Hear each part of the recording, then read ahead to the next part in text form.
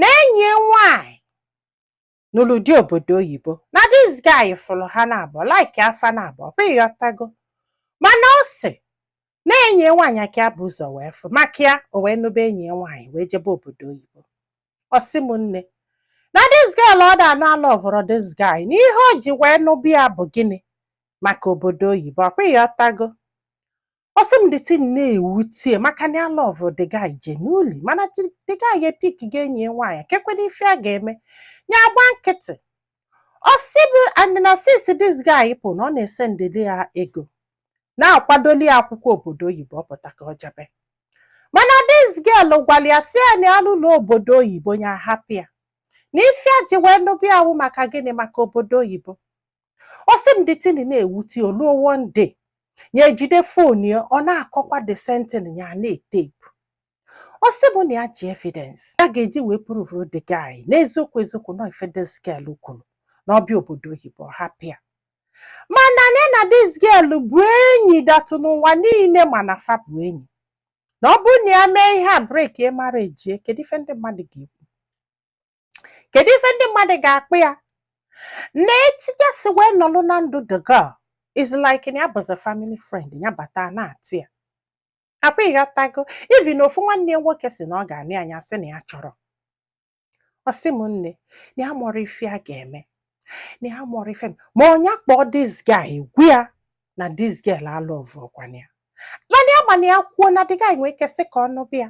adị na the guy ya gwu onye kwu unu kedu ife a ga-eme ọ bụ na ya gbasa marriage Chukwu ọ ga-agbaghalọkwa ya mana oge ọbụla ya naba anya na-adaghalị na-asị negodu nnọọ negodu nnọọ etu ka ụwa si adụ nwoke ya lọvụcha ọ lọvụrụ nyanwa ọ lọvụ onye alọvụrụ ya kịta anụnwa ọ na-achọ iji eje obodo oyibo ruo ka ọ hapụ this guy ya wesị ka amala ife ndị mmadụ lo kedu ife a ga-eme. Ọ sị bụ na ọ bụrụ na ya chọzi the guy kịta bikos na-enwetago onye chọrọ ịnụ ya mana still n'obu adụrụ ya mma n'obu adụrụ ya mma mana ya na this girl it has been long na ha na-emezi ka sisters na ya abagolie mba wele aka na ibalịa wele aka ekpe balịa mana still no insist na olu hapụ ya ndị ama na-enyi nwaanyị na olu kwere obodo oyibo n'ihe a o kwuru ka ọ ga-eme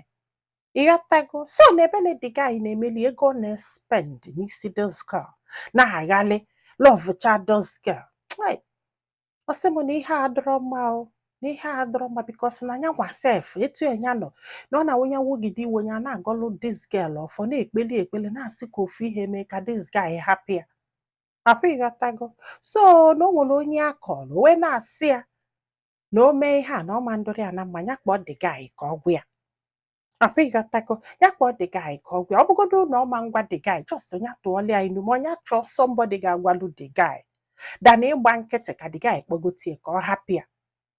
akwa ịghọta so nwekwa onye nke si anya agbasakwa na di na nwunye na Bible sị what God has joined together